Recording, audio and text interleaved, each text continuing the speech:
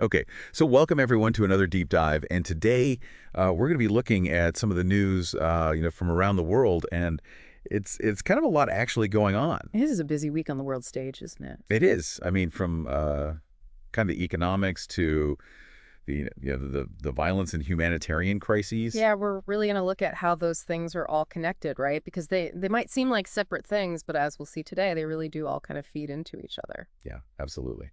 So maybe we can start with that trade war that's brewing. Right. I mean, the U.S. just put a 25% tariff on some goods from Canada and Mexico. Yeah. And the reason that they gave was national security. I mean, right. That's not that common, is it, for trade wars? It's not usually what you think of when you think about national security, right? You're thinking about military technology, you're thinking about maybe energy resources or things like that. Yeah. But in this case, it does seem like the U.S. is concerned about being too reliant on other countries for certain imports. Maybe it's steel, maybe it's something in the energy sector. And they're arguing that, look, if things go bad with these countries, we don't want to be, caught short. Yeah, so it sounds like in a way they're using this as almost like a bargaining chip or like a way to kind of push Canada and Mexico into, It could be leverage. Yeah. Or it could be that they genuinely see it as a risk to national security, Only they know for sure what their motivations are. But of course, Canada and Mexico weren't just going to sit back and just take that, right? Of course not. They did some retaliation of their own, didn't they? Oh, yeah, absolutely. Yeah. They retaliated with tariffs of their own on key U.S. exports, and they very carefully chose products that would hit industries in states that are important to U.S. voters. Oh, so it's very strategic. Very strategic, yeah. And this is where it goes beyond just like rhetoric. This is actually impacting things. The stock markets have reacted negatively to all this uncertainty. Businesses are having to scramble to change their supply chains, figure out where they're going to get their products from. And of course, like you and me are probably going to see higher prices on some things.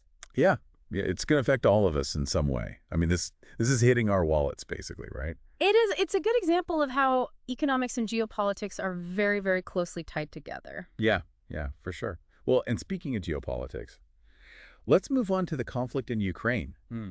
I mean, this is something that I think really highlights how things can escalate very, very quickly. I mean, it's been 3 years now. I know. It's hard to believe it's been going on for so long. It's crazy. And it really does, I think, change the way we think about warfare in the modern age. We're so used to this idea of quick, decisive wars. Right. But this just keeps dragging on and on. Right. And it's so much more complex, too. It's not just troops on the ground anymore. There's cyber attacks. There's information warfare.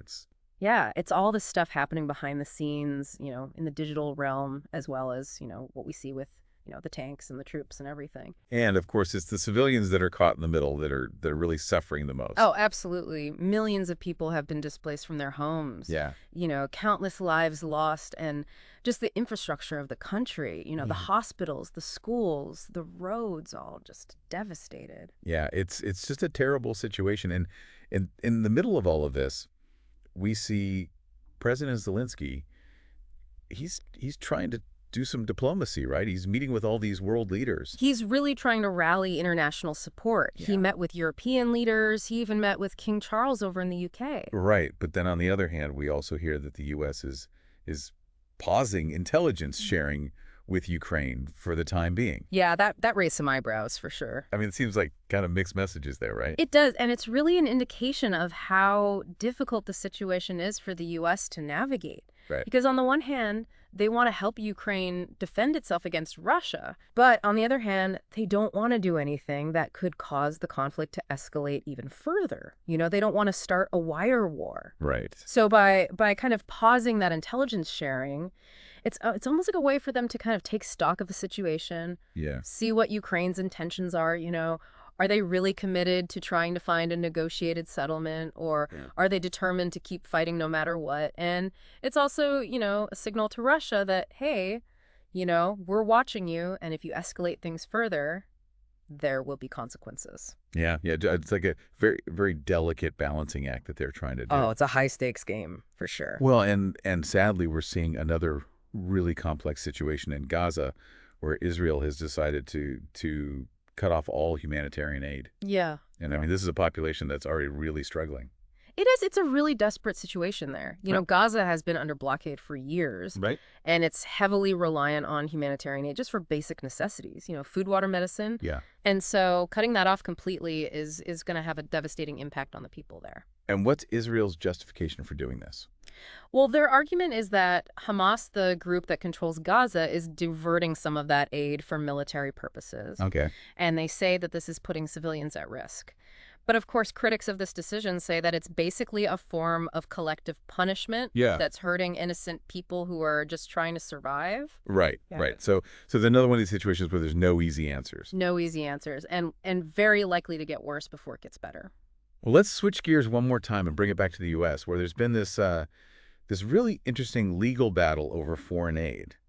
The Supreme Court just blocked the Trump administration from freezing funding for some foreign aid programs. Yeah, this was a pretty big deal, actually, and it really shows how divided things are in the U.S. when it comes to foreign policy. Right. So the Trump administration, they wanted to have more power to withhold aid from countries that don't agree with U.S. policies, you know? But a lot of people in Congress and elsewhere, they said, no, you can't just do that.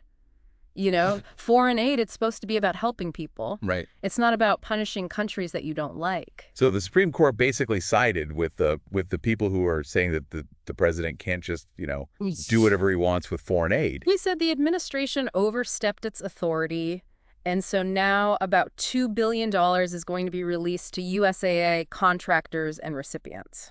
So in a way, this is kind of like a microcosm of what we're seeing happening on the world stage, right? Yeah, absolutely. You've got these different factions with different priorities and different ideas about how things should be done. Right, and they're all kind of jostling for power. Exactly, and that's what makes this all so complicated and so difficult to predict what's going to happen next.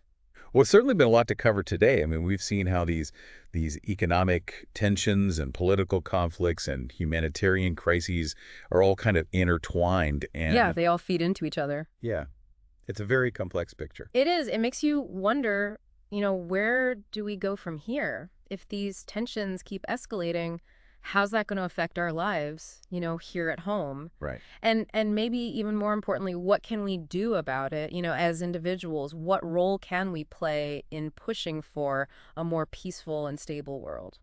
Yeah, that's a great question. I mean, it's easy to feel overwhelmed by all this stuff. Oh, absolutely. But I think it's important to remember that we're not powerless.